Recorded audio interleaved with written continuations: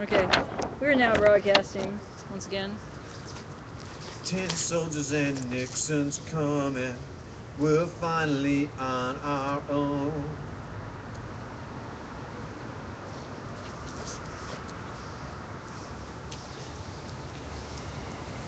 Gotta get down to it. Should have been done long ago.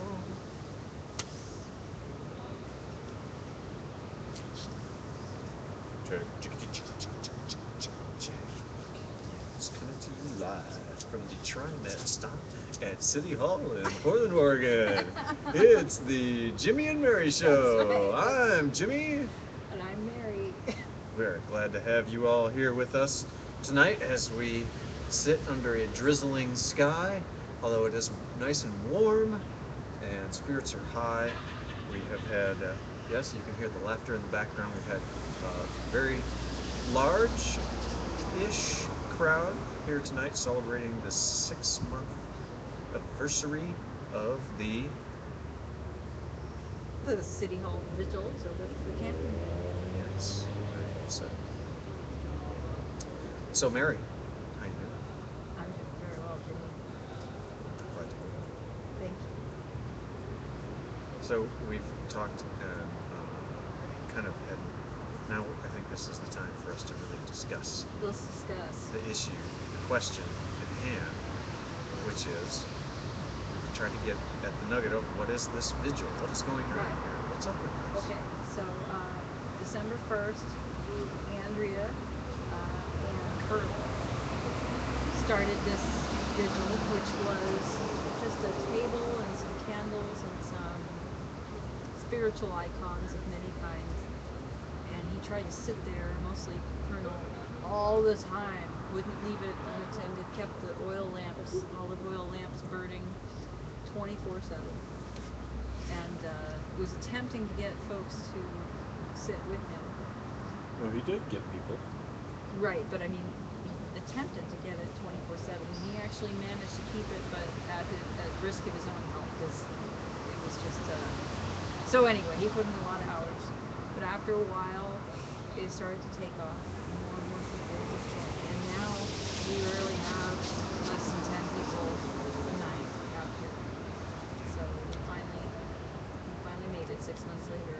At the City Hall Hotel. City Hall Hotel, the sustaining occupation. Yeah, and that sleep action is our unhoused brothers and sisters and our housed brothers and sisters coming together as one to say we're not going to have people vulnerable to being awakened constantly by the police or by the Portland Business Alliance agency and harassed. So now they can get some shut-eye. It's a crappy way to sleep is on a sidewalk with a tarp around you like a burrito, but if you've not been able to sleep elsewhere, people around the city are talking about the fact that the police won't wake you up at night. And it is otherwise safe, if somewhat contentious sometimes. And you know, you and I have had many discussions about this. And what do you think about the way that this little community here has tried to, well, I guess, deal with itself? Right. That is one of the main reasons that I'm so gung ho on being here. I've been here every other day for now 4 months, during the night. And the reason I'm doing this is because I really believe in occupation. I believe in occupancy, as you like to say. I like that better. Um, and we couldn't solve the problems the first time around. They were big. It was taking us by surprise, and we didn't know each other. Now we do know each other, and we still have the same questions. And learning to work together and solve these problems is an internal matter and conflict and questions. So I feel like this is our opportunity because growing a little bit at a time and discovering each other how to deal with these things in a diplomatic way. That's what we need to be doing, and we've had some successes. So, like, I have my own take on this whole process that goes on down here and what it's a bigger or what it's part of, what bigger thing it's part of, and why certain things are important. And I've had my own things that I've felt were important, and other things that I've felt were, you know, not worth worrying about, and this type of thing. You know, what's the what kind of essential human practices do you see going on down here that maybe surprise you or delight you or that type of thing? Let me think. Those are questions it sounds like a series of stories to me. Like when you say that, I just think, wow, let me think back to a night where this happened or that happened, you know. I know that there's a fella who's scared of his own shadow who comes up and he's unnerved a number of people because he lurks in the car. And, you know, he's said some alarming things, but I think it came down to the fact that he was, you know, suffering major anxiety. And the folks who were more tolerant brought him out of his car, and he started to act normal. I mean, he started to be social and to not scare people, and so that seemed pretty neat. I'm not sure if we want to, you know, consider ourselves a place for, you know, helping folks if we're not trained, but if it's just a matter of maybe relaxing a little bit and talking to folks, you know, and having them come out of their shell and be part of a community, I'm all for that. So I learned something with him, and I hope that it continues. You know, I hope he doesn't seem like a threat. It just seemed like somebody who was so incredibly nervous and had, you know, talked about his mental illnesses openly. Yeah. So anyway, that was one example. It was pretty neat. Anyway, we have something like that every day. It's about ways of dealing with things that are new and surprising and spontaneous, but it's public space. I think I believe in putting ourselves in that situation. It seems like the right situation to be is the public space, and I have not been happy with Occupy Portland's use of private space. Very unhappy with that. And I am not saying that we shouldn't have any, but that has kept me even more wanting to see this occupation continue. We need more than an office.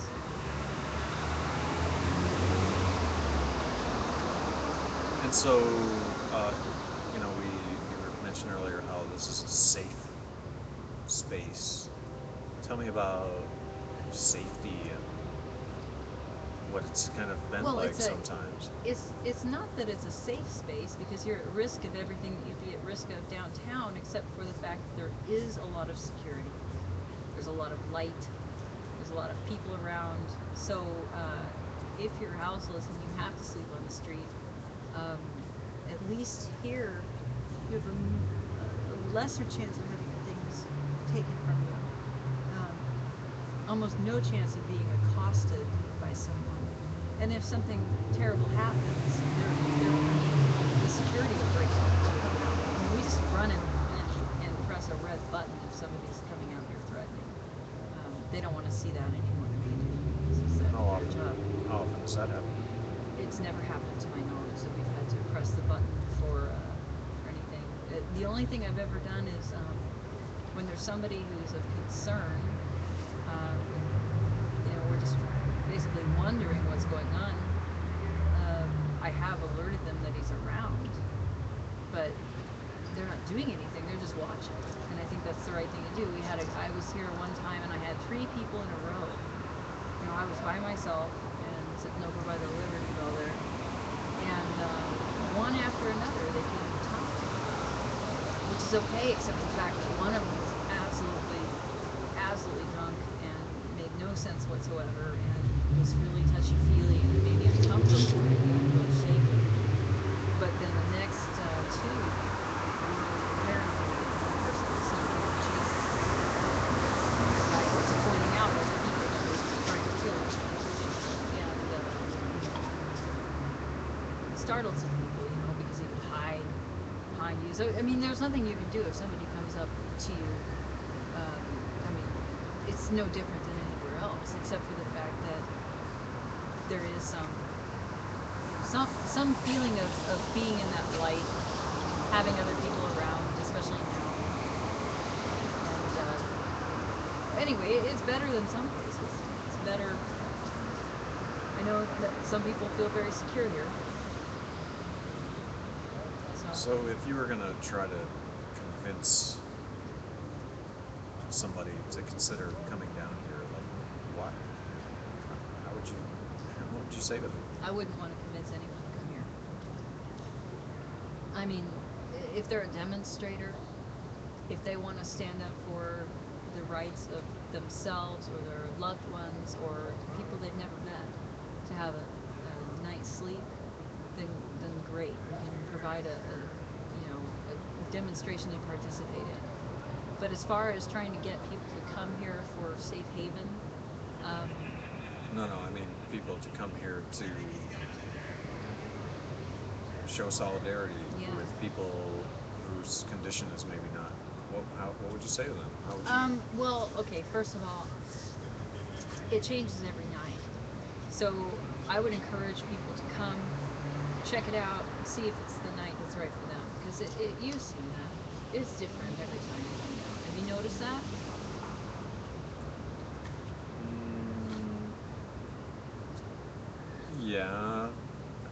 Yeah, definitely. I mean, the mood is who the people are. The Right. people shift. Right. And their moods and where they Right. I mean, Our moods, no, definitely. Yeah. So if the vibe isn't right, I would say, don't commit to spending the night. But, there's a lot of really good nights out there. And, bring some friends.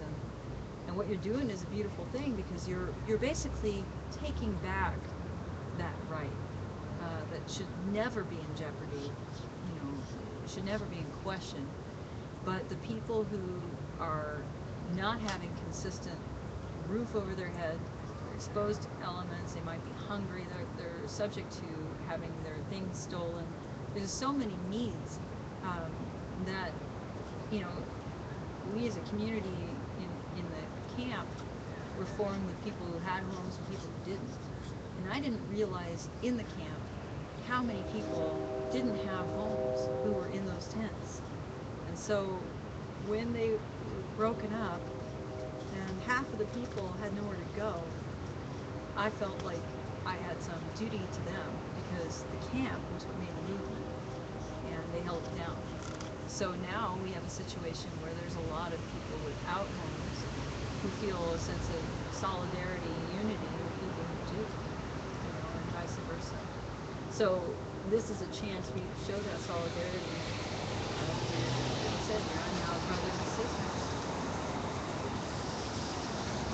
And don't let them have to defend that right when they're already just having to survive. There's just too much on your plate if you have to survive to start politically demonstrating necessarily. I mean, it's not the easiest time. It's hard out here. So I think it's really good to have folks with you who aren't at that distance. Plus, it's just the right thing. I mean, and a lot of people feel it's really touching when I've had a number of people thank me who don't have homes because I don't have to live here. And to me, that kind of, I was like, well, geez, I feel really lucky I have, housing. But the point is that folks have not necessarily experienced that from people in homes before. We're not going to let you be subject to this cruelty. Quietly, while no one else is listening.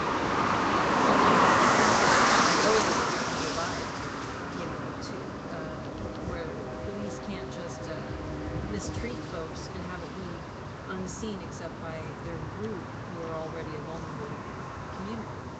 So that's my goal is to have, if you're going to do it to them, you're going to do it to all of us.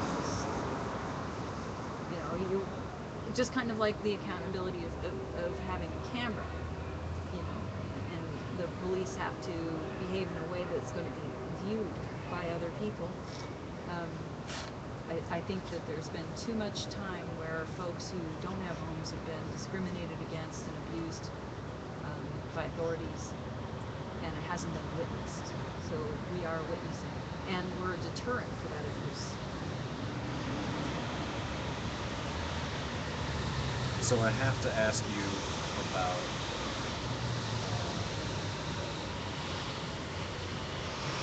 this.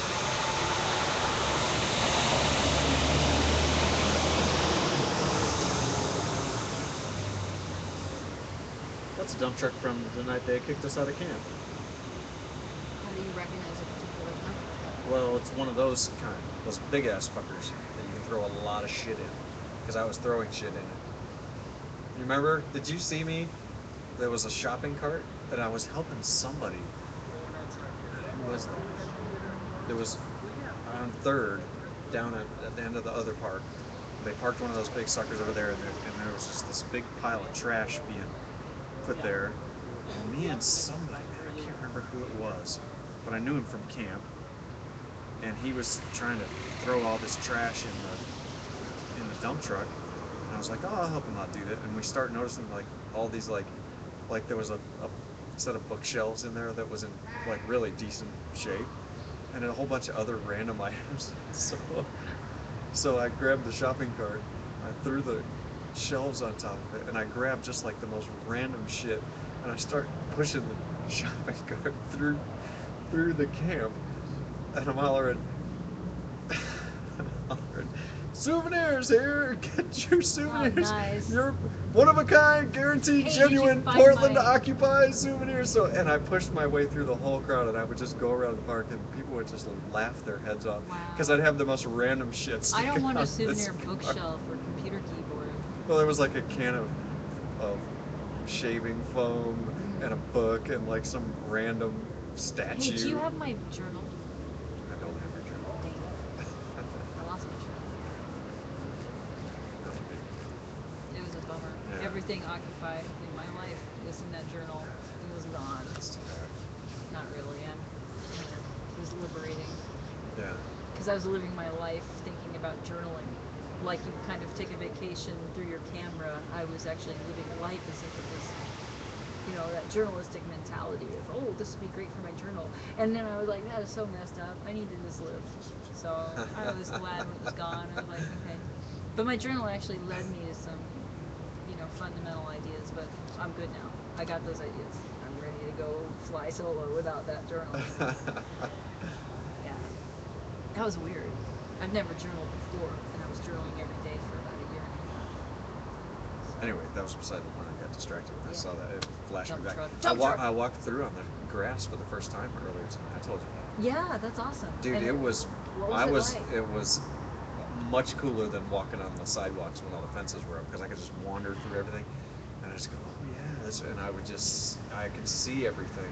Yeah. And it was. Really? It was. Did it you was live cool. there? No, but I spent a lot of time there. Yeah, I was a daytimer. I was there, you know, sometimes late, but definitely, you know, commuting and enjoying being there. I loved it. I was talking about this with somebody else earlier. Like, probably about 3 weeks ago was when I said, man, there's something wrong with me, and I don't know what it is, but I got to figure it out. And so I just started thinking about it, just really just letting my mind kind of put things together subconsciously, sort of, and just sort of daydream about it and everything, and sort of Hey, Mike. kind of remember things just in whatever random order, to sort of put them together and associate them. And all of a sudden it dawned on me, and I realized I got addicted to that love that was going on in that camp, and it got snatched away. And then I realized, wait a minute, that was an addiction, and I was addicted to the best thing ever, and I was thoroughly addicted to it. I remember the change in me was profound during when camp was going on. I was remembering everybody's name. And Mary, I was meeting a lot of people during that time. Yeah, Just that happened to me too. and I Right remembered now. all their names. Like Why is that? I remember people's names here too, right now. Like the last. my skill at it has gone way up, but at camp it just like went from probably below normal to through the roof. I was like, what? What? But Because it's because you're so it's engaged family. and you're so into it, what's going on, and my brain was just Yeah. rocking, man. Well, then that These got people snatched mean away. more to me than I've experienced with a general group like that. To just automatically feel like this person means a lot to me. Yeah. And that's because that person is generally concerned and not allowing their country to go up in flames, and that's a passion, so we're already starting with so much in common, because what brings you to a point that you'll step up for that? There's a lot behind that goes into a person to make them that way, and those things that we have in common, they're already putting me in a place of feeling like these are my family. Right. But that feeling, I got addicted to it, and I'm telling you, that is the best drug ever. I have just enough experience with drugs to know the good shit, and that stuff was fucking amazing, and it was a drug. It induced a physiological and psychological and spiritual and every type of change in me. It induced it, and then they snatched it the fuck away, and it was like becoming addicted to heroin, and then all of a sudden the heroin didn't exist anymore, or it was like all the heroin in the world had just been like dynamited and blown into little pieces, and you had to go scavenge around, and that's what I was doing. Looking for a piece I of would go that. around, and I would go to places, and I was like, oh yeah, that was great, because I was feeding on some little remnants of that, or Talking about the reconfigurations of it. I didn't do a lot of that. I'd let other people do it, because I was like, I gotta let other people talk. That's what I was doing down at KBOO. So, but I would go to things and just soak up and just walk away from it feeling like, oh yeah, I feel kind of okay again. Yeah, and then When it would did this wear happen? off. Oh, this was like November, December, January, February. It was just kind of, but there was just enough to kind of keep you sort of like, for me to not realize what was going on with me. And I was experiencing PTSD and withdrawal from the best drug ever in the world, both at the same time, and not realizing it. And it was fucking kicking my ass, Mary. Holy fuck, for the last, what is it, 6.5 months now? I've been a fucking zombie. Really? Oh, dude, I'm just like, but, I'm so turned on by what I'm involved with that I can actually function. But, dude, like, deep down, I'm just like, what the fuck is going on Well, here? what's interesting is you're talking about the drug and the power of it all, and yet, if we had a functional community, society, where we weren't in our little bubbles, homes and cars and school and store, where we're always indoors and we're rarely with a community of people. Here we're outside, so we're with nature, or at least the nature of the city, but we're outside and we're with one another, and it's kind of a small town vibe, right? So we know who we're talking about, it's not just random strangers, new ones every day, Well, it is new random strangers every day, Well, but yeah, there but I is mean, that not group. all, Yeah, not yeah, all. right. So you've got a community, and here we are. That might be normal, and what we had before is just messed up. You know, For the camp. well, what we had before in life, Right. the compartmental, Before alone, camp happened. isolation, Right. and the indoorsiness of everything, and not having that community experience, and not having the gift culture, or the helping one another out, accountability toward other people, and being outside. So the high that you experienced might be ours every day, and the low that you experience we just that's where I think we're going. think we're going to you know, a community society. We've grown, we've gotten individual, we've gotten to a point where, you know, you have to have both people in a household. If there's a couple, both of them have to work full time. You know, this keep your nose to the grindstone. You know, we don't talk to our neighbors. You know, it's just a very do-it-yourself. Don't ask questions. You know, you don't need to take care of grandma. You know, and your kids will understand that everybody's at work all the time.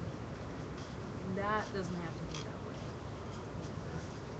So anyway, I'm just thinking that that's where we're going, is we're going to go back to something that looks, in a way, primitive, but really much better.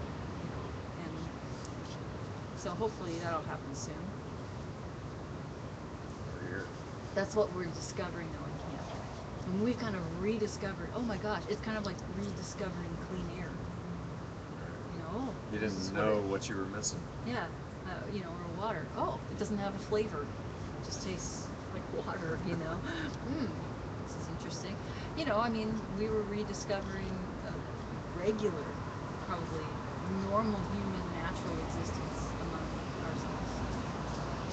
It felt like that was normal. But it was all new to me.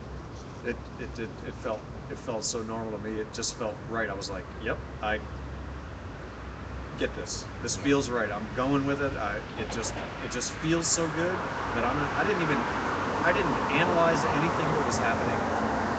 I didn't talk politics with anybody at camp. Well, what constitutes talking about politics? I didn't talk about. I talked about, hey, who are you, and what's going on, and how's your day, and hey, nice to meet you, and do you want to get involved? Well, this is what are you doing, and what would you like to do? I didn't talk about Ron Paul, and I didn't mention anything political. One guy tried to drag me into a political conversation, and I wouldn't So do by it. And it was, politics, you're talking about whatever the news media. I didn't talk about calls politics or issues. I didn't talk about anything. I talked about people, Um, who each other was, how we were doing. That was it. What And about how to make certain things happen. what about things like, you know, like those demonstrations about, say, the coal march and so forth? That's political. I did the first march, and then I'm trying to think what was my first march after that.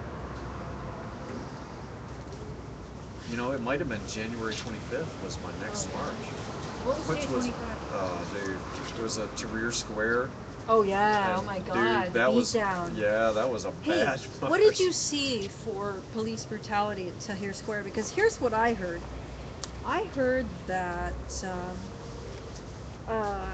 oh gosh, what's her name? I haven't seen her. Elmira. No, I was gonna say, well, yeah, okay, yeah. Um, uh, Oh my gosh! Jane, with her camera shoved on the ground. Was that Tahrir Square? Anyway. Jane with her camera. Yeah, live streamer. I haven't seen her recently, but Man, I haven't seen Jane in a long time. yeah. If you're watching, Jane, I love you. Yes, Jane, come back. Touch base with us. She knows where we are. At least, you know, sometimes. I didn't see that happen. Well, I Tahrir don't know if Square that was the one I where don't know if that's the one. Tahrir Square was the one where they quote unquote de-arrested Arlo up the street here, and then the march continued, and we ended up in front of 24 Hour, and it was a fucking brawl going on the sidewalk. We were on the sidewalk, and the cops just came and they jumped off their bikes and their motorcycles, and they just came in the sidewalk and just were punching people. No, It was a fucking brawl right there in front of the windows. but a brawl is two-sided, and I don't think It was a one-sided brawl. We were just getting the crap kicked out of us, Yeah. and the cops just jumped So, into us. what provoked and that? then nothing provoked that. That we wanted to keep marching together, and we were marching, and we were on the sidewalk, and then we were obeying the fucking traffic yeah, signals the even, and the cops just closed off the road and separated us and wouldn't let people walk on the crosswalk. And they said, no, sorry, the crosswalk's closed. They didn't even say sorry. They said, crosswalk's closed, and they were just waving traffic through. They were doing this up by PSU, and a bunch of PSU kids came out of class right then, and we just started, like, I started yelling at the PSU kids. I was like, this is what your cops are doing. This is what your cops are doing. And I was explaining, we were marching, and I was just, and the people are just like, huh? And the cops kind of like let that go, and then we rejoined and we marched some more, and then Rejoined because you were separated. yeah, just up at PSU on Broadway, they had one piece of us.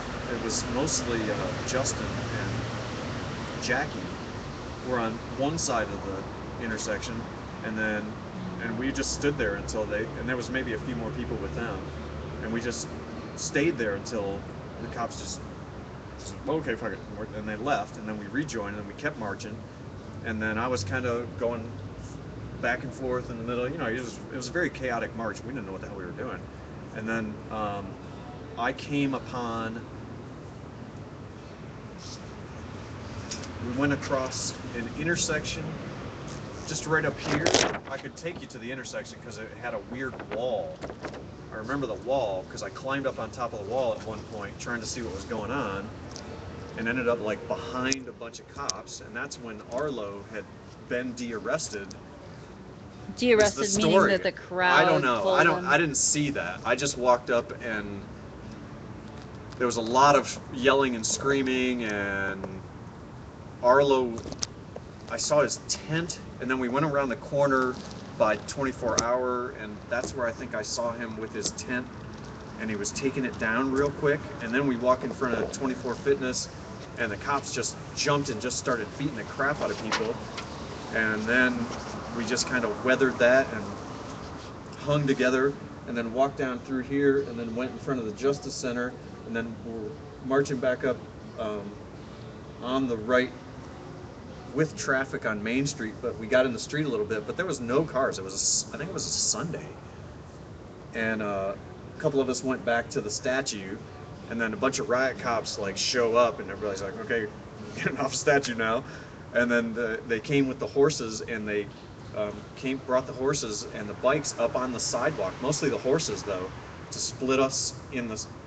They cut off the sidewalk, so half of us were on this side of the sidewalk, and half of us were on that side of the sidewalk, and then I think they made like a little pocket, like they cut it in three. They had two sections of horses that made three pockets, and in the middle pocket, this is what I think was going on. I'm not exactly sure about this, but I think in the middle pocket was where they grabbed a couple people, including Elmira,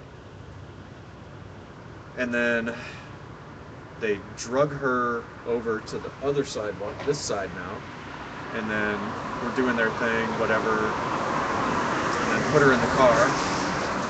And why did they put her in the car? I don't know, but they put her in the car and just went over, because I followed her in the car. I was like, I had my bike there, and I saw her putting her in the car, so I jumped on my bike, and as they were like, as they were circling the block, I would like zoom up on my bike and like yell at Elmira and wave at her stuff while they were taking her away, just because I was like, fuck, at least I can keep her in good spirits, you know?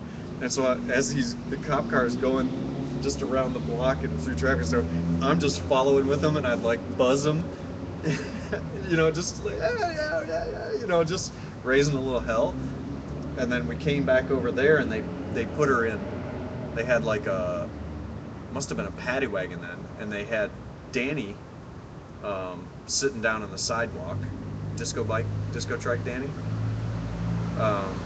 Maybe that Szymanski Park was the second march that I went to, because that's where I knew Danny from, because I saw him coming up the street toward us, and he didn't have the music on, and this is when we were in the street and we're all just like traumatized and trying to figure out what the fuck we're gonna do next, and the cops are at the north end of Szymanski Park, like up on the wall and everything, and they're all the way across from they covered both streets, all four sidewalks, so they were stretched all the way across, basically building the building, but there's like a parking lot over there on that side or something, but they were all the way across, and the lights all behind them, and they're sitting up there in their riot gear, the Beaverton cops, and just like just this imposing thing, and they'd just been beating the shit out of people. I mean, they came in. Were you there at Szymanski that night? They came. You know that they just came in swinging, baby, and they couldn't see pushed from where everybody I out of the was. park. And so we ended up in the street, and I happened to be looking down the street as Danny's coming up, and he gets halfway up the block, and he hits a switch on his bike, and all of a sudden there's disco music playing, and we just start dancing in the Disco. street. Did you see that? No. Oh, that Actually, was that's fucking because awesome. I was at City Hall. No, I don't think anybody was at City Hall yet. I think we started to No, I believe dissipate for what? I was here. This was when I was actually doing this action. I was- Oh, okay. So I mean, So- here's the thing. so I they went put- to Szymanski to participate. You know, I went to the Yeah. meetings and Right. And my job was to help put the tents and so forth up for the marchers to come to, and that got botched because somebody couldn't, power their phone. But anyway, that was. So you put some tents up for I when was- the I march was came supposed back to. to Szymanski? I was supposed to for when it went to Szymanski, and so I've been doing some of the planning with that. But I really wanted to get back over here to City Hall to be, manning the vigil, right? So I didn't. I think I might have during that period come over here in between or something. Yeah, well, they came in and 'Cause pushed I everybody missed out a of the park. portion of the whole Szymanski ordeal. I missed a portion of it. Well, they came in all of a sudden. We were having our meeting, and a couple of cops came in, and they were like dismantling a tent, and everybody was like turned at them, pointing at them, and yelling at them, "Stop it!" And they ran off with their tails between their legs. And I happened to see them go past me on their way out, and I looked at the look on their face, and I was like, "Uh-oh," because I knew, like on a intuitive level, that they got their feelings hurt and that they were gonna come back, and it wasn't gonna be fun. And that's exactly what happened. And they showed up with an emergency closure of the park. Beaverton riot cops come in swinging, boom, boom, boom, boom, push us out.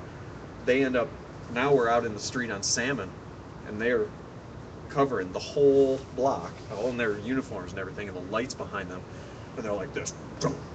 And then we start disco dancing, and I'm just like, this is fun as hell. And I mean, it was just delirious fun. I just couldn't believe it was happening. And we're just doing our thing, and I happened to look up I at can't the believe cops that's again. happening. What? I was kidding. What? That I just did that. And we're just doing our thing, right? And I've got this kitten inside my jacket. It was one of the Rumors kittens. I ended up shepherding this kitten while the cops are busting us up. I end up with a kitten inside my jacket. So I'm disco dancing with this kitten, and I happened to That look is up like- at the cops again because I saw them up there when they were like boom, and I was like, that's scary. And then we're dancing, and I happened to look up, and a couple of them, the whole line was like this, but a couple of them, like their heads were tilted sideways. Like what? Is he Exactly. dancing? Exactly. Is he holding a fuzzy kitten and dancing? No, there's a whole group. They're not looking at me, they're just looking at the whole group, but a couple of them, their heads were cocked to the side like, what the fuck is this? That's what I'm talking about. Because at the end of camp, when we're all in the street and the ice cream trucks are yelling at us, they're gonna mace us and club us, and we're like, okay, just a minute, we're having a meeting, and then we started our GA. And that was the funniest. I don't know if it was Rochelle who was like, do you guys want to have our General Assembly right now? You Well, that was the exact perfect thing to do. It was hilarious because they were so confused by that. They didn't know what to do. They're like, hello? You know, is this thing on? You know, I mean, what do you do? It was beautiful. But anyway, so we were talking about the other march. We were talking about Tahrir Square, J25. Oh, yeah. And Okay, so Szymanski was my second march, and then J25 must have been my third. I don't okay, think so, I did so any others. Here's the question. So you've really gone to the beatdown marches For a except while. For the first one. So with this Tahrir Square, here's the reason that I'm so interested in that march in particular. I heard that this is the most clear-cut example where there's no way that you could say that anybody instigated anything. As far as what I saw, that is absolutely the truth. I mean, you can't say that we didn't we cross weren't our even I's or yelling. dot our We T's. weren't we weren't yelling "fuck the cops" or anything, because we were marching, and like the chants were like, "Yes, we love Tahrir Square. Freedom is great." I mean, it wasn't like "fuck the cops." And then Right. even when the cops were fucking with us, we were like, we weren't going. Some people were saying fuck you," that kind of thing. But then the we started taking different approaches. We were like, "What are you?" I mean, it was different. Like we were yelling at them, but it was different. It wasn't as acidic as sometimes it is. Right. And dude, and we were on the sidewalk. We were marching on the sidewalk. And you were obeying the traffic It signal was on the there sidewalk. was no reason for them to do Okay, what so, they did. It was so here's, total bullshit. Here's why I'm so fascinated by this. I talked to Gary Crane, who manages the property of City Hall on a pretty Yeah. regular basis, and I was telling him that cops beat up protesters unprovoked, and he could not believe that because he was on the force 15 years ago, and he still does some like training for.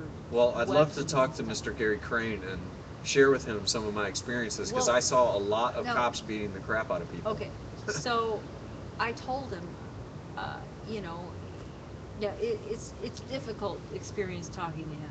All right, it's to me it's worth the attempt, and some people would argue that there's no reason to have these conversations with a person like that, but I feel differently because um, there's he represents a point of view, and it's shared by others quite often. So, but another thing is, he told me, he said, "There's no way I would believe that, but if that were true," I said, "Wait, we have video of every portion of that march." "Well, you probably edit some things out where you provoked them." I was like, "No, we have it from start to finish. I've been told multiple cameras. We could put together all the footage." J25 march? I don't think. I've seen very little video of that, Right. but I didn't really go looking for it. I was there, so I was like, nah, I really don't want to see the video of that. Right. No, that was Been there, done enough. that. Have the T-shirt, yeah. But And that's the night. But this and is that's what the I night that told we him. had a vigil at the Justice Center all night long. We sat out there and hung out and waited for them to release the people that they arrested. That. But what I'm trying to say is, he said, if that were true, and if I really saw that with my own eyes, that this was just cops calling up and beating protesters who were obeying the law and doing nothing to jeopardize them or breaking laws and etc. If I saw that, I would be the first to champion the cause of making that shit stop. Because that's not the police department I know. He was there 15 years ago. So Well, here's whatever. the thing.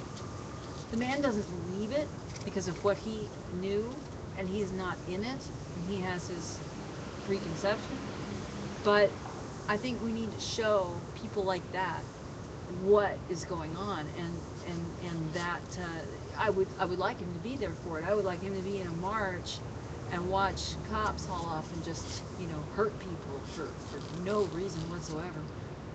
But I've heard that January 25th was a pristine example where nobody could spin it to say, and I'm really interested I didn't in see that. anything. There was no provocation that I saw. Yeah, I mean, at all. and what constitutes provocation for the need to use this force that we're talking about? Well, they were jaywalking. Yeah, that's dirty. I mean, that jaywalking. is the major crime of the evening, that people were jaywalking. Yeah. Oh, I think they should be put down. Jaywalkers. Well, Life in prison, right there. I mean, if you allow the jaywalking, then what's next? I mean, then it's People picking flowers that don't belong to them. oh, this is giving me butterflies in my stomach thinking about this. This is a slippery slope Yeah. to like fun and a good life. Oh well. Yeah. So anyway, I would like to get some footage of I'm gonna turn this J25. off. I really would. Is there anything else you want to say about the vigil? I didn't talk about the video. Did I? We talked. Yeah, we talked about a lot about the vigil and the City Hall Hotel and everything. But is there anything else you want to say for this before, so I can? I do Turn want. this into I like do a want. piece. I do want more people to come down because the more people we have, and the more people creating what we're gonna do next. You know, we're trying to grow, and growing means things like, okay, we have to solve the question of how to put more stuff that we continually check out, like sleeping bags and mats and so forth, so we can sustain many people sleeping down here all the time. You know, we often don't have enough mats and sleeping bags and blankets and so forth. But we do have a lockbox.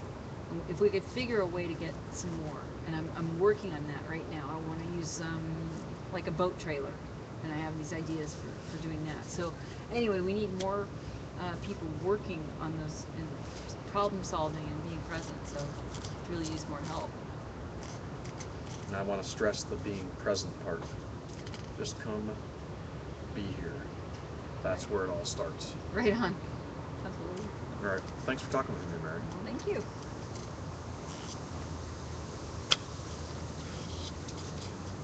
Well, and we're still on our interview. Isn't that weird? Like you stopped the interview, but we're still on the interview. Now it's your turn. Yes. Except I'm tired. Where A bit. you at? Yeah. But isn't this? Look at this set. Isn't this funny? Yeah, it's like Go look. it's like Jimmy Kimmel or something. Yeah, it is. It's like Go look in the The go Daily look Show. In the viewer and see what you're looking at. Hi, Mary. I'm talking when you're watching. Isn't that great? You know, I'm on camera right now. I'm doing this.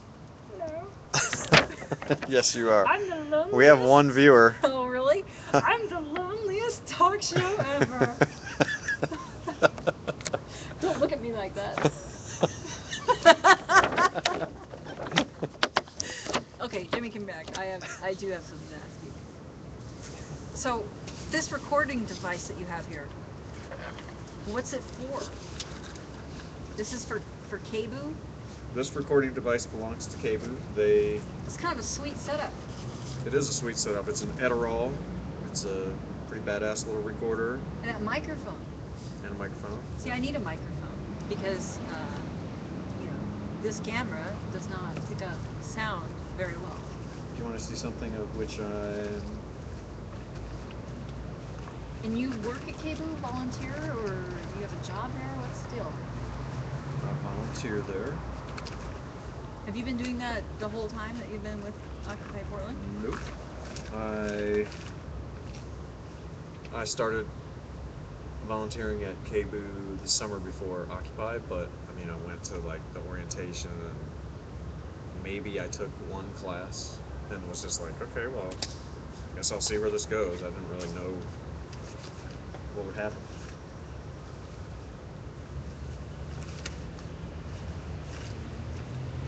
I'm trying to show you something and failing to be able to show you something. So instead, I have some chocolate. Want some chocolate? It's espresso chocolate. No. I have one of these Go Raw banana That's bread organic. flax Can I have a bars. little bit? Sorry, I'm just like hungry. Thank you for having some. Do you want to break off a little bit? Just a little bit. I love flax. Thank you. Or you want? Yep. Mmm. Ooh, good. That is pretty good. Who makes that? Go Raw. Hmm. It's live, real live. Hmm. Push a shut right there.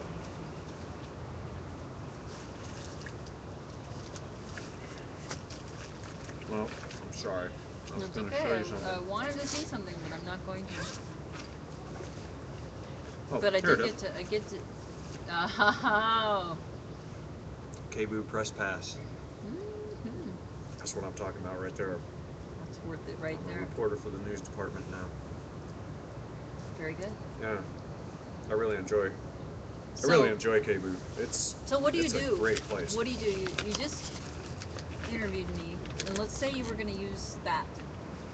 Well, for the Occupy Portland radio show and for the Occupy Portland web stream. Okay. And is that what you do, or do you do other things as well? I do news reporting sometimes, and I helped with the news once, and I DJ'd once, and I'm going to teach a field recording class. So if you want to come learn field recording from yours truly, What's field recording? that's what I just did with Out that in the recording, field. Out in the field. with that unit that I Okay. have. I'm getting to know this one so that I can teach about it. Okay. Um, yeah. Very cool. So, So yes, what do you the do with Occupy Portland radio show is on KBOO 90.7 the third and fifth Wednesday of the month at 6 o'clock. It's an hour-long show, and people such as myself, Joe Lino, who a lot of people know from camp, and Joe Meyer, who a lot of people know from camp. They were like two of the hardcore KBOO guys at the tent there. They work on the show with me right now, and we're looking for more people to help work on the show. And I've actively got my eye on a couple of guys, Brian and Joel. What's up, y'all? Trying to get them involved as much as possible. We have to go through like the KBOO portal, you know, go to the orientation, take classes with them and everything like that. But the great thing about it is that you learn a skill. I mean, this is wealth. Knowledge is wealth, and if you know how to do things, you're rich. And so come on down, and we will be very happy to help you become rich. That This was really type of funny. rich. Yeah, exactly. Most You're most not going to people get I know- paid. Most people I know are not materialist. They want their needs met, you know, so that they can Live do their some life. living, as opposed to thinking about where they're going to get their next possession. Definitely. You know, living at just what you need. You know, working as much as you need so you can have what you need, and then spending your time volunteering and taking action to make the world better. Folks who are feeling like folks are underemployed because they work part-time, are not factoring into the equation that they're buying an Xbox and that's their choice.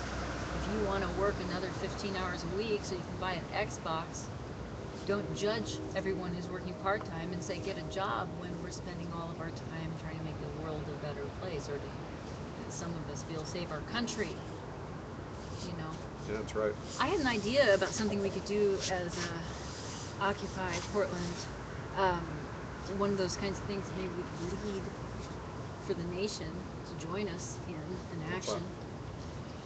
I thought it would be neat to host debates and to try to get people really to come to those debates who are not occupied and challenge them. And the debate would be called "Our Country is Dying," because I think a lot of folks have this in common. Maybe not everyone. There's a lot of people who could argue the point that something has to be done absolutely now, and the severity of it. It's not getting that play in the MSM. You know, the Constitution is just a fiber away from being completely gone.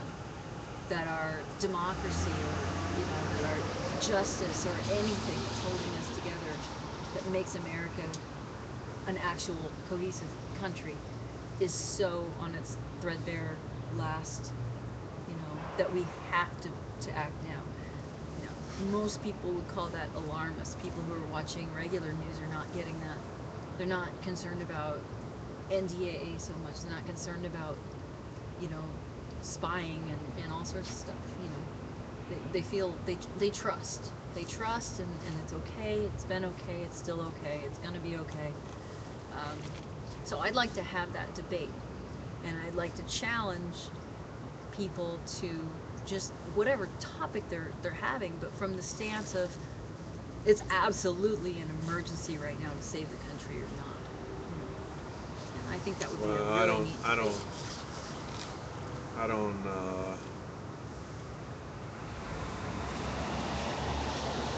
I don't see it that way. You know, If the country breaks up, I don't think that's necessarily a bad thing. but It's not like but goodness. if you It's don't not like say goodness. that it's going to be gone. So Well, I mean, we're not goodne- disagreeing on Goodness whether or in not. the world is not dependent upon the United States of America being in existence. As a matter of fact, the United States of America being in existence has been the sole cause of a lot of suffering. So Right. I'm not. So you don't feel particularly patriotic. I would love to be able to feel patriotic, but when the actual history of my country is something that I absolutely abhor, and I'm embarrassed and ashamed that it is that way, then it makes it really hard. Right. Well, when somebody is really sick, I don't say, well, it's time for them to die. You know. If they've gone around and raped and plundered and subjugated and oppressed, gee, how many people? I mean, how many But Vietnamese people the did we people- kill? There's That's just people, one. and then there's things that are done in our name that we've allowed to happen. We are complicit No, in allowing. that's not the entire story. There's the people, there's the things that have been done that have been allowed to be done to happen in our name, and there's the institution that did those things in our name. Okay, and that That institution is absolutely 100% thoroughly corrupt, immoral, unjust, oppressive, dictatorial, uh, imperial, and needs That to is go. not necessarily what I would define as America either. That institution that you're talking about, it's something that's like a runaway robot that we have to go and get the reins. We're responsible. Those reins We are built- not under control. They will Right. they will We- break up this country before they will let us have the reins back. Well, That's my theory. You must fight for our rights. that's right. That's right. Just Can we because get we've you out? lost- Can we get? Would you? Do you want to? No, I mean, This because is- they've erased like about half of the last 10 years. Or more. What'd you say? They've erased about half our rights in the last 10 Oh, years. our rights. For 15 years. Right. They all have all these rules and stuff. Right. It's like they can spy on you, well, because we feel like it, Yeah. you know, basically. Yeah. Yeah. And That's, it's like, yeah, there's no privacy, especially if people have cell phones. Or Yeah, or really. anything else, really, because they can just do Right. it from space. They can zap you. Right, you have to anything that we don't defend as far as keeping our power, as opposed to turning it over and letting somebody have power over us. But They the- take.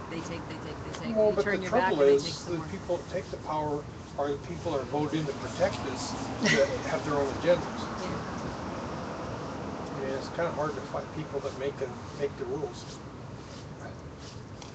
I mean, we could vote them out, but usually Another it's one just will some just come idiot back. comes. Yeah. Well, or if they're, you know, a lot of times they're not good for the first term, maybe even part of the second before they get turned. I mean, because after a couple of years, you realize that you can't get anything done unless you make deals. Oh yeah.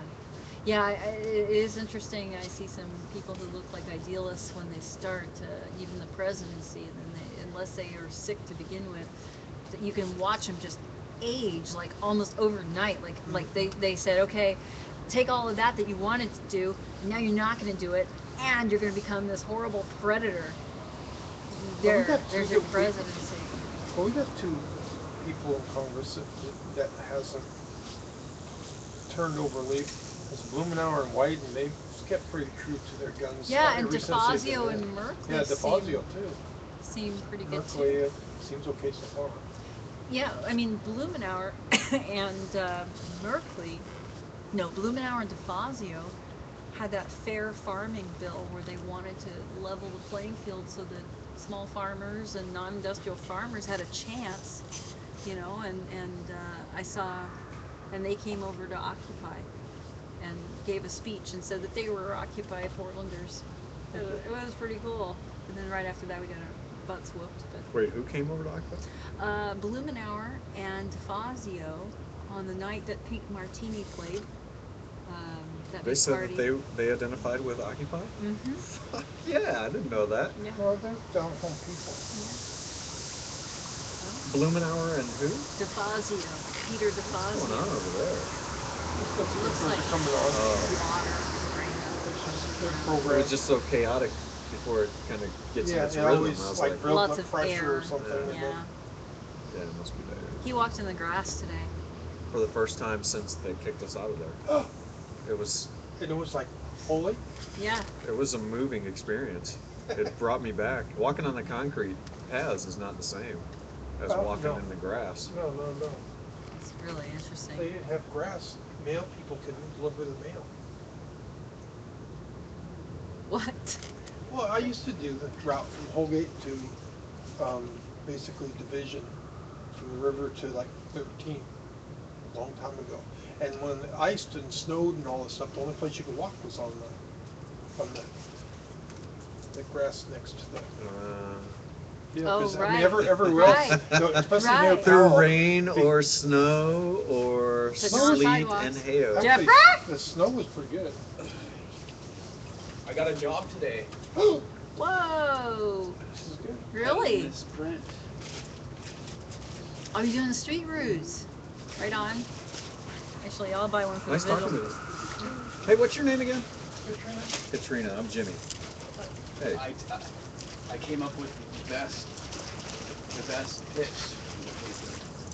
Buy this or you're a son of a bitch.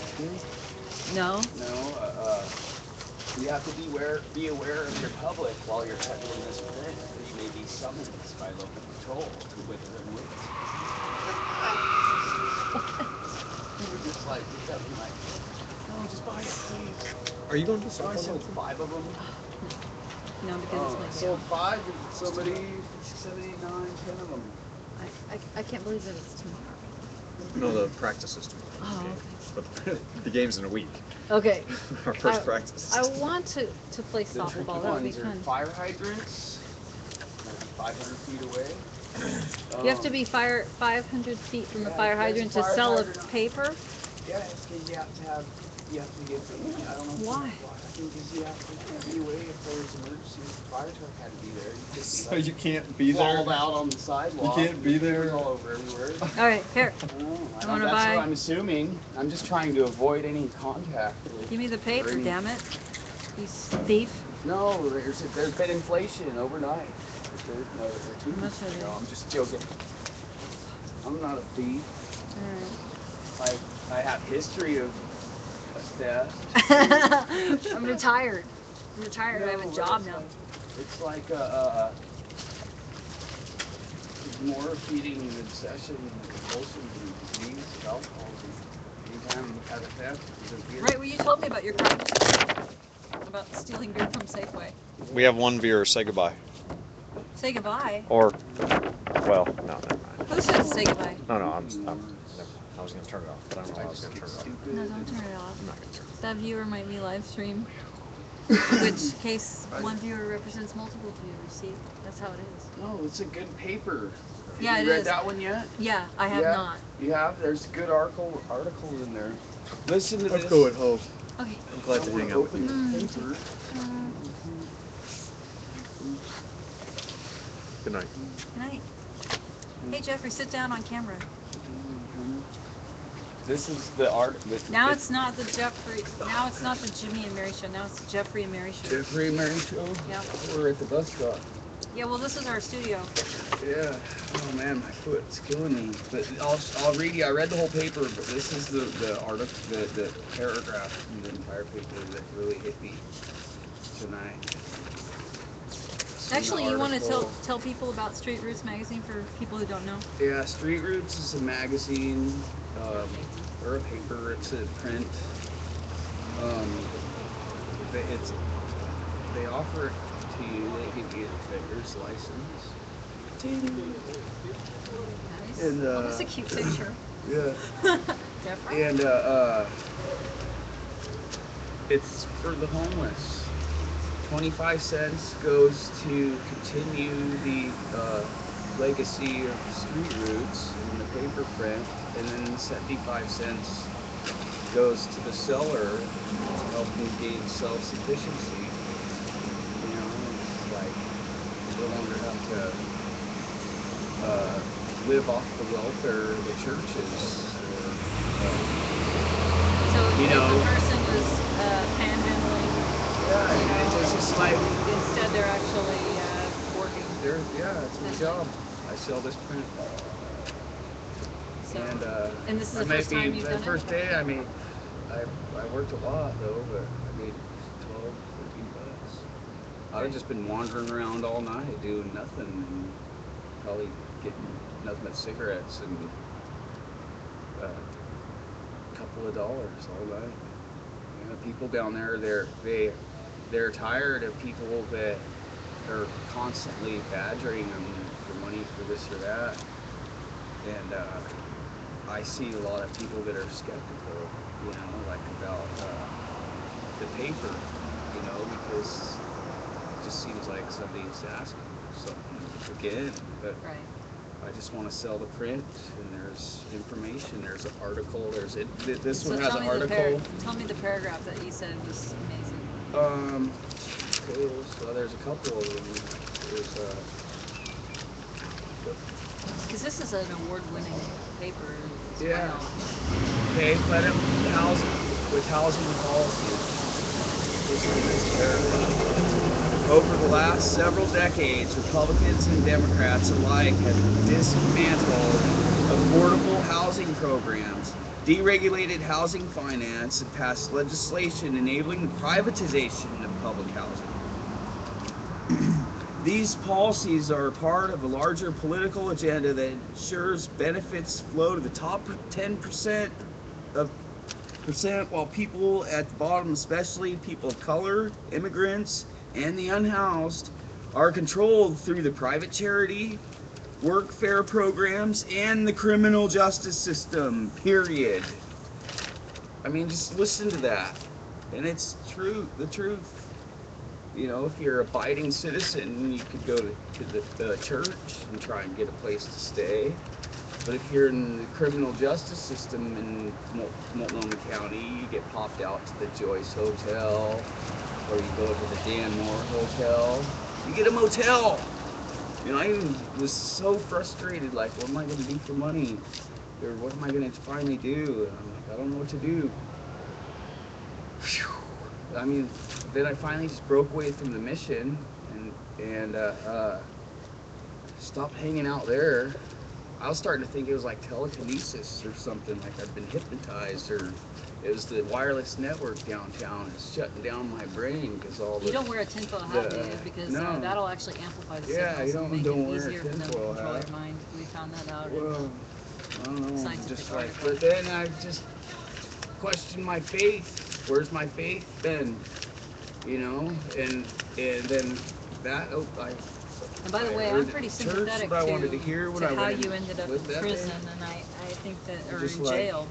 there's an article about this gentleman and that's his girlfriend, and they had meth addiction, and she got pregnant, battered her, and I can't remember if it That's a said long story about one yeah, couple. and what concerns me is it doesn't talk about necessarily methamphetamine addiction, you know, and it even talks somewhere in here about how it has a little call to it, you know, that indicates to me that they're doing something nasty, you know.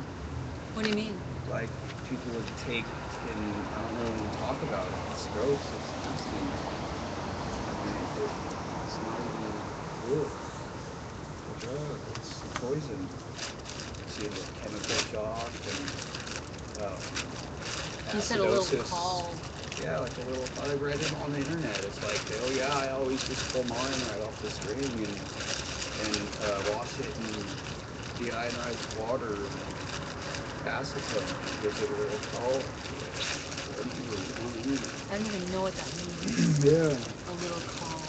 Yeah, I remember reading on the internet and What does that mean? and looking it up and trying to figure out, like, fuck. And it's gross, it's nasty, I don't want to talk about it. Okay. So I meth don't is wanna gross. do it, it's gross. It's not even, it's a poison. Yeah. Well, Yeah. people who do it sure look But bad. it puts the way it puts their bodies, they feel tweaky and they can't sleep and No, they look like hell. They look insane. And then Insane and falling apart. and then yeah, it's gross. It's unstable. It's just ugh. Those people do that stuff. Yep. And there's another article. I want to read the front one again. Yeah, I want to read the front. There's one about the artist. Oh my gosh. You know? No. It looks like somebody else. These are the folks who also produce the Rose City Resource Guide. Yeah. The little, well, in this case it's orange book or red book that, but it changes colors. So Yeah, you he can went keep to track Washington of. D.C. But it's the one that tells you where all the benefits are, where all the resources basically in the city. Yeah. Churches doing this or that, or government programs, or whatever is going on. Food, you know, astounding Yeah, it's amount right of here. food, It's the Burnside shelters Bridge. for abused I folks. couldn't remember that it said it was in Morrison. I want to read this Where article wisdom again. sleeps. Because I was in the library. It's really loud. Oh, Alberta Co-op Grocery advertises in this. That's a great place. Yeah. They don't have any high fructose corn syrup in that whole store. And their organic fruits and vegetable selection is like almost 100% everything in there. And it looks like it's small, but they have just small quantities of zillions of things. So just anything that you could ever want, they have some. I don't know how they do it. It's such a small place. That's really. I'm freezing. I really want some hot coffee. And I have some. I have some very hot coffee. I mean, I just wonder if that's what they were doing. Yeah, look at him, and one of his eyes is kind of looks the other way. You saw something in that article that made you think that that's what the deal was. Yeah. And they didn't mention that. They didn't mention. I mean, they won't mention the source because they don't want people to know.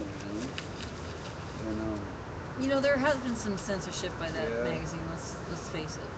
That's I've good. I've heard people. people. Will be like, oh, they do this, or you start investigating. But I mean, really, you can't. Sisters of the Road. Nice. Sisters of the Road. I went there today and had lunch. So, tell me about Sisters of the Road. They're kind of interesting. Yeah, I'm gonna volunteer there. What do they do? And then I'm gonna try and they're kind of like papers, the militant and then arm. I'm gonna try and volunteer for you too for a little while. But what is the deal with Sisters of the Road? Sisters of the Road is a cafe. They generally try to stay open to the homeless, and you can go there and make a reservation, and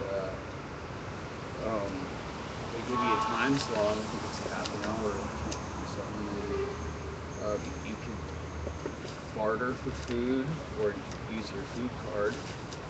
I had about 3 pounds of beans and rice today for $1.25. Wow.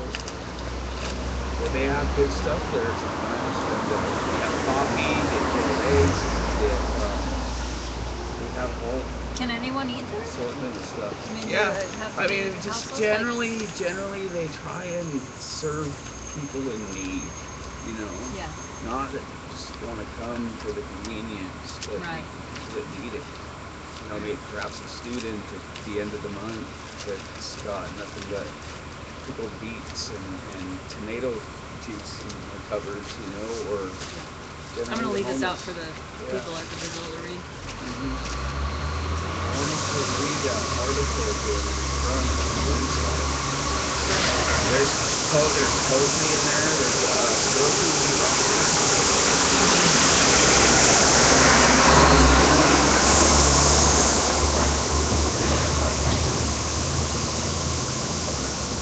Where wisdom sleeps. Is that? Well, it looks like the Burnside Bridge right there. Yeah, was reading that article and when I was in Powell, and it was really loud in the coffee shop. And people just walking back and forth.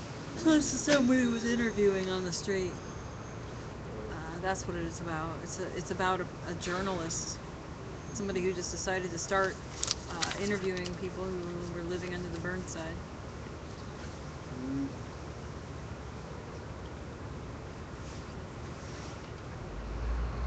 Bed bugs. Yeah, the bed. I didn't. I want to read that one again too. It's arguing. It was saying something about people that have the bed bugs to pay for it.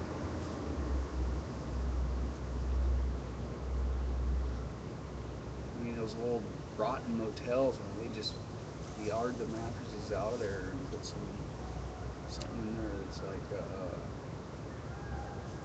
vinyl cover on it or something. Probably be cheaper than trading for it.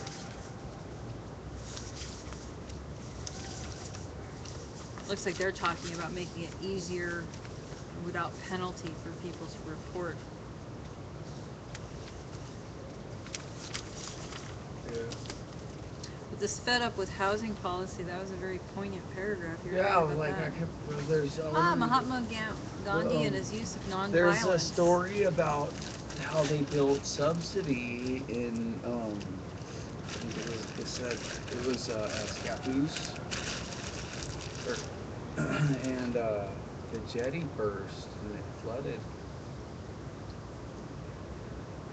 When? Still there somewhere. When? In one of the articles. I wanted to read that one again too.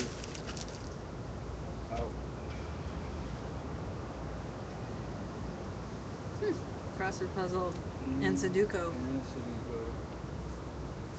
You know, you could probably just say, hey, you play Sudoku. You want to buy street roots for $1, you can play Sudoku. Have a crossword puzzle. Let's go over to the vigil. Try and create urgency and get attention. Going quick.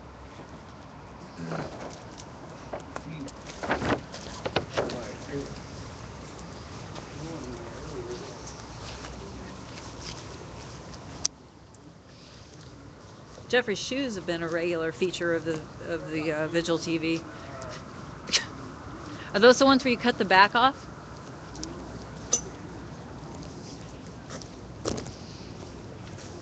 Oh, look at that little chair tent. That's awesome.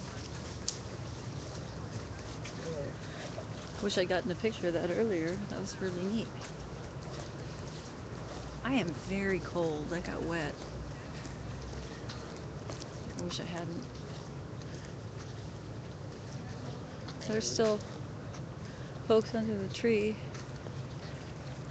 I wonder if Tim's over there. I see the chair that he usually wears. Check out.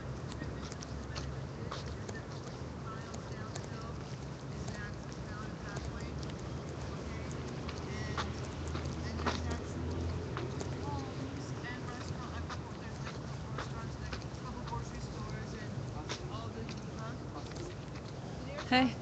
Hey, Michael. There's lots of people. They've been here. It's the Virgin Mary. No. The Married Mary. I bought mirrors, see? Yeah. We got the kids bought 2 mirrors, so I get $2 a piece for the mirror. Nice. It means like 2 witnesses to me. I don't know how to do it though. I'll stick them up on the wall or something. There you go. I was just checking out and see if what Tim was up to. Hey Tim, did you get any hot cocoa? I did, thank you. Do you want any more? I'm not sure, I probably could, but right now I'm just kind of getting my legs warm because I've been sitting a long time and my legs are kind of falling asleep on me and getting cold. Yeah. It's Well, good to see you. It's nice to see you too. I was gonna go walk down to the loo. I wanted to see if you wanted to come with me. Thank you. to walk a little bit. Down there, we might have problems with pigs, I've been told. Oh, really? Yeah, they've been shutting everything down, What do you mean shutting everything including down? our bathroom here. I'll come up. It's stupid. I don't know what the purpose behind it is. Well, People to move, to leave. Well, there's a bathroom over here yeah. in the parking lot, and there's more of a chance that that'll be open before this or that, I guess. But we can go Well, check that one right now is not early enough for it to be open. out. Right. The loo is supposed to be 24/7. But that parking lot and that park, those are not 24/7. I know. So it's They a should be. rough, yeah, it's a rough situation. It's not right. Yeah. I wish we could somehow. But what I'm influence saying them. is I'm going to walk down to the bathroom that is supposed to be open. Okay. I'll hang with you. Cool. And if it's not open, I have to walk down to Ash Street. That sucks. There's one over there on Gleason too.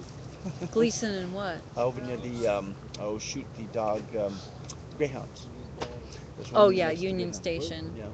Which is a little hike, but it's open. There should be. Yeah. So yeah, I'm gonna Well, sure, I'll hang with you.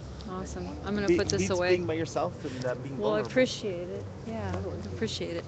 It's really a shame that we have to have all the public restrooms locked up after they've spent thousands of dollars on these loo, the Portland loo. They're $70,000 a pop, So and that gives them what, the right to close all the other restrooms all night long. So But what they're doing then- is then- making then Portland they're into a closed. losers. Oh, your puns are so bad. It works though. But you know, yeah, it does. It works for you, sweetie. Let Just me like I see. like to say, Portlandia is a hooker. She represents Portland, and Portland will do anything for money. Oh my gosh. You get Oh my You gosh. get my drift? I guess. So Yeah. Portlandia is a symbol for Portland, and she'll do anything for money. Yeah. So that's a real slam to Portland. Yeah, it is. That's the reason why I This left is my- Portland. You left it? Oh yeah, I went to Boise, Idaho. I was not to come back to Portland. I don't like Portland. I'm not a Portlander anymore. Well, I admit you're I live here in though. Portland now, but I was born here. But you're here. Because I do not like a lot that goes on here in Portland. I don't like the dicks. I don't like the government and the way they abuse their authority. I don't like trying that. Oh yeah. And on it goes. I hate the rain. Boise at least Oh. has more distinct weather. What's Boise's weather like? Oh, it's much more distinct. You have 2 seasons, which it rains in the spring, but it's pretty short. Then it comes right into summer. Boom! And of course, unfortunately, sometimes you'll get like 90+ degree weather real fast. Oh yeah. Yeah, but it's nice because you get nice pumpkins, you get nice melons, you get a nice garden. I mean, oh, it's sweet. We had some really sweet gardens when we were there in Boise. Oh, I loved it. We had grapes, we had pumpkins, we had squash. It was awesome. Let's see here. Oh gosh, the only thing I didn't like was the rednecks. And Rednecks and they in steal Boise? from- Yeah, and they steal from you. They steal from you. And people with Florida? Oh, here. Oh, okay. I can see you. Hello. There you are. Hi. Yes. They steal from you. Yeah, they steal in Idaho. At least from my experience, when I go and buy something with my food stamps, I should not have to pay any financial anything when I use food stamps. But I have to pay a tax on my food stamps in Boise, Idaho. And that's stealing from the poor. And I challenged them about it. I put my money down, my card down, and I paid with the coupons and everything. He says, you owe blah, blah, blah. I said, no, it's all free. No, you have to pay on the coupons. He says, no, I don't. Those are discount coupons. They're not money. So They're not tax. why are you entitled to have these coupons at all? Well, they want to make a profit at the expense of the poor. No, I mean, why do you get to have this when other people do not? I mean, you're talking about having free food, and you're saying I'm talking that- about discounts, which is what you get when you go to a store and you pay, like say if there's a situation with an item for $2, okay, it'll be $2.12 because they have a 6 cents tax. And instead what they do, when it comes down to dropping it to $1, they make you pay, in a matter of speaking, $1.12. Okay. Meaning that they're charging you the extra 6 cents of something that you did not get, did not pay $2.12 for. You paid $1, should be $1.06, but it's $1.12. In a matter of speaking, you have to pay on your taxes, or I mean on the discount coupon. A discount coupon is not money. You can tax money, but you cannot tax coupons. I'm probably not gonna resolve this question. It's okay. But they're stealing from the poor. That's what I know. And I challenged them and they hated me for it. They got really pissy with me. Says, why do I have to pay a tax on something that's supposed to reduce my expenses? Which for the poor is necessary, especially when we have, Oh, I see what it is. when we Okay, have food stamps. right. That's the idea, is to save on money. I mean, you can't afford a lot with food stamps and, Right. so you try to conserve and you're getting screwed. I That's wonder not- what bureaucrat came up with that. Oh, well, it's a conservative Republican state. Yeah, but still, I mean, that's really asinine. It is. It's a crime, and they all accept it. It's like, what a bunch of fools. You guys all blindly believe this is okay to steal from the poor. What a bunch of fools. And I give them a real title with it, and they don't like me. That's okay. But you're in Portland, even though you don't like Portland. I don't like the things that go on here. But I admit, I have seen something totally radically different about Portland, which I really am excited about. Coming back to Portland, we have a tree that has been split down the middle. It's a beautiful, beautiful green tree. It's in top shape. I can't believe how nice that part of the tree is. And the other side is rotten, bugs. It's coming apart, and that has to do with all the problems that Portland has. I met our English representatives in office. On it goes.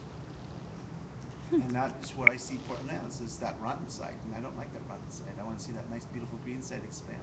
Right. Well, you know, you have to participate even though That's it's why a I'm here. unfortunate thing. Well, I'm glad that you're here to help our city Yes. instead of being in Boise where I wouldn't know you. True.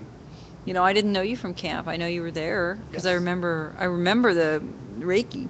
Yes. That actually, you know, I knew when you said that, I was like, oh, okay. Yeah. I figured that would be a good place to put my flag. Is in that tent. Which- Tent oh. of healing. That's right. So, Well, that's important to me. so I guess we'll sign out here. My battery is also dying again, Mine too. but it will be interesting to find out if this darned loo is yet again closed. That's a serious issue because a person who goes to the bathroom can be charged with being a sex offender. And they know that they don't have a place to go, that they live here, and yet there's no bathroom. That's a crime. And the fact that they spent $70,000 a pop on each of these Portland Loo, and they have not bothered to open up the restrooms, and then, you know, what really does it for me is, okay, if you're going to make a deal like that, spend all that money on these things, Right? and not have the restrooms that you have open 24/7. Right. Then when you have these loo closed, that's wrong. Yeah. And then they wonder why especially, they crap in bushes and trees and everything. yeah, especially when they are ready to call a person a sex offender over just using a tree. I mean, that's ridiculous. That's And a crime. That's called false accusations. They did that with Jesus Christ too, if we remember. so, And I challenge people, and people don't like me because I challenge them. right. Well, I don't like you because you challenge people. No, I'm just kidding. I think There we're has all to be a with you. challenge for people to When you think. say people don't like you, I would say that your fellow occupants like you for doing that just fine. Well, I've always been an activist wherever I went. And when I was a Republican, I was an activist, and people didn't like me challenge the Republican Party. So I quit the Republican Party and went independent. Because Right. they couldn't handle a challenge. Right. That made them cowards, really, because I challenged them with questions and no one could give me answers, and they looked kind of stupid at me. I said, well, act stupid all you want, but if you can't handle a mere challenge, then obviously you guys go by blind faith, and I don't. Right. Right. If you believe in something, it should stand up to some debate. You know, and if you reject any challenge whatsoever, it means that you really don't have any faith in what you're saying. Bleeding. Right. It's a false faith. Well, all right. So we're gonna go off, and we'll catch Find you out later. What type of losers we have. Yeah, we're gonna losers. That's right.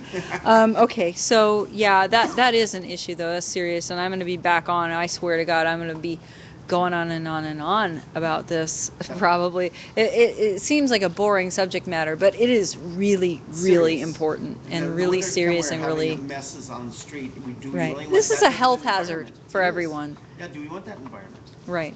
And is that okay that our Parks Department think that they have the right to sabotage people's right to make a healthy environment for us all? Right.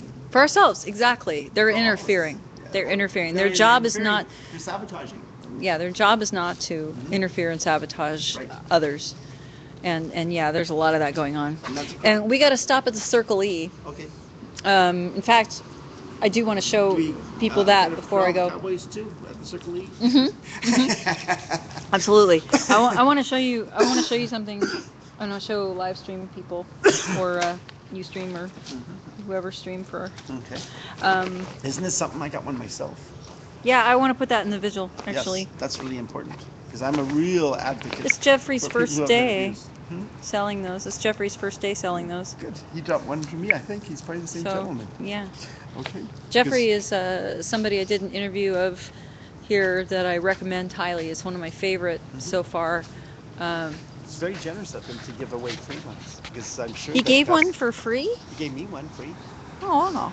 I was there sitting and I was. I picked. Well, then it wasn't Jeffrey, because that's probably getting him in Somebody trouble. else then. I don't know. All I know is he was very generous. He gave me one and says thank you because I didn't expect it. It's just kind of out of the blue. Well, did he mention any of the articles to you? Nope. He says here's something that would be worth your time to read, and I went, oh cool. My sign got destroyed a little bit, but I'm going to put it back up.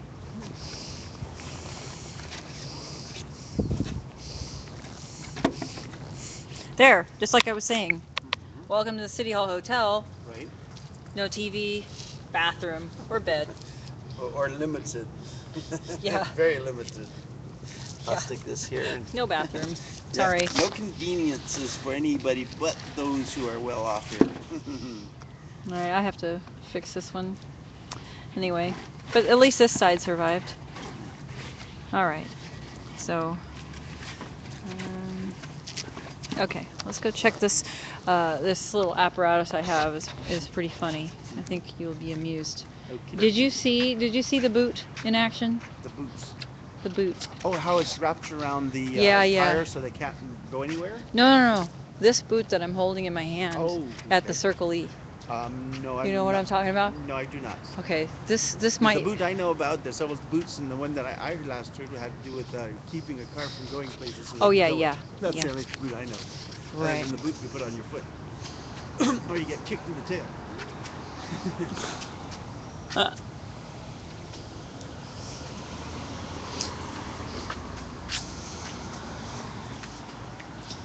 No, we were standing out here while one or more of us were charging our phones. And I nicknamed it the Circle E because it has a little Circle E. Got it. That makes good sense. It's very clever. Because the Circle K, people stand around the outside also. Right, eating donuts and drinking coffee. Right. So like we have this miniature little community, and so we have to have our Circle E. That's very clever. I never thought of it that way. My husband and I, we used to, in our apartment, it was so small, and we used to make jokes about naming all the rooms, and they'd be like a room would consist of like a space that was like really, really small, like our library or our office, Storage units. Our office That's what we was, call them, storage units. yeah, 'Cause really. we saw them built in an area where we needed a community center for Okay, children. hey, will you film me here? Sure. Film what I'm doing. Okie dokie. Just- I'll do the just best I hold- can. Wait, don't hold it there. Let go. Okay, this There way? you go. Yeah. Okay, sorry about that. All right.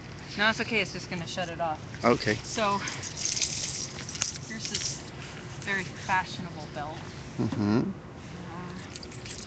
It's got metal everywhere. We can call it the heavy metal Circle E. That's right. Okay. So I have this, Interesting. and then what I'm gonna do, Mm-hmm. a bicycle lock. Here's my charger, Okay. and get that set up. Bicycle lock. Mm-hmm. There's that battery pack that's worth nothing. I would say strongly suggest getting a good heavy lock someday for your bicycle lock. Good heavy lock for my bicycle lock. I've seen those are the quickest, the easiest type of locks to go through, other than a cable. Well, it is actual metal. I know. And it's just that it's a very flimsy type of each one of those little loops are very flimsy, unfortunately. Okay.